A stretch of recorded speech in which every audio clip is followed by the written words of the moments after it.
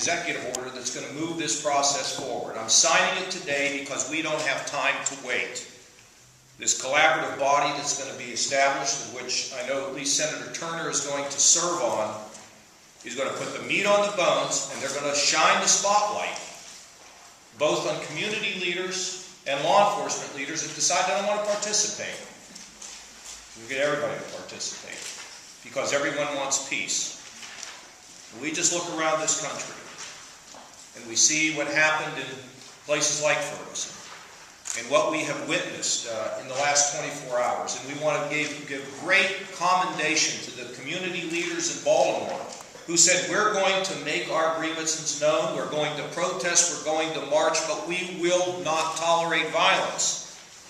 And they stood up last night, and they exhibited great leadership. Because what we know is that if you live in an area that could be high crime, you want your children to be safe. You want your families to be safe. We know that. So the question is, how do we bring the force and the community together so they can understand one another, they can respect one another, and work together? I also want to commend the Chief Justice of our Ohio Supreme Court for the fact, working with our prosecutor here, Ron O'Brien, that we're going to look at this entire court system. We're going to take a look at how people come to be charged and what the process is in our grand jury system. She's very serious. I talked to her about it yesterday. This is a significant development as well. Now, folks, nothing gets done in a day. Absolutely nothing can be fixed in a day. But there are some things that we can be started on today, which is why we'll sign this executive order. Senator Turner and I and John Bourne will travel this state to some of the hot spots that we think we need to go to let our communities know that we are deadly serious about carrying out this reform. I also believe that Ohio can be a model for the rest of the country. From what I know, there is not another task force on community and police in the entire United States of America. We're the only place where this is happening.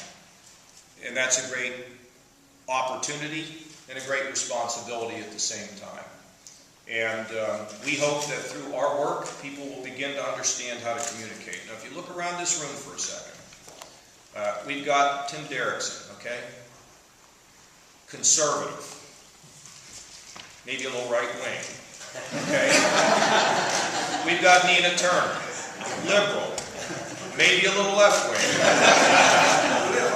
We got, the only thing we didn't get is we didn't get any Lutherans in here, Bishop. I want to thank Chief Navarre.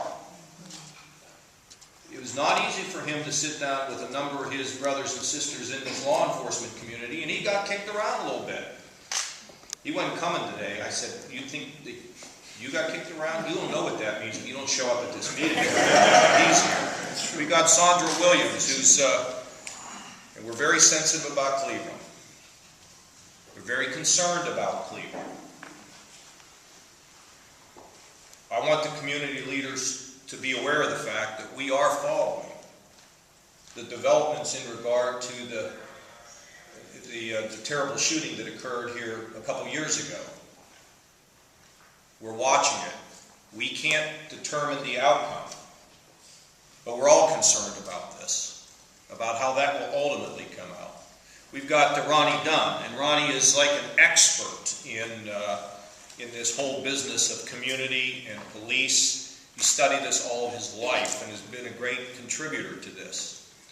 Then we had to put Cliff Height on just so that he didn't. We like to have Cliff because he came through at great times. And then we have a rising African American star, Andre Porter, who knows how to put things together. And he's doing a terrific job in every job he's ever had. So I don't want to leave anybody out other than to say, we've got a police officer here. Brian, you're going to have a lot of responsibility. You are. But here's the thing, folks. We're going to train better. Attorney General has a program. We'll look at that. But we're going to also train in terms of this whole issue of collaboration. We're going to data collect. We're going to have transparency. We're going to have the police and community leaders being able to work back and forth with each of them having an ability to communicate back to our collaborative efforts. The governor's going to have his ears and eyes open all the way through, and I do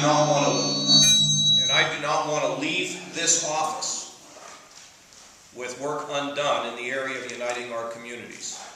We can get this done, and we can be a model for the country. So bring me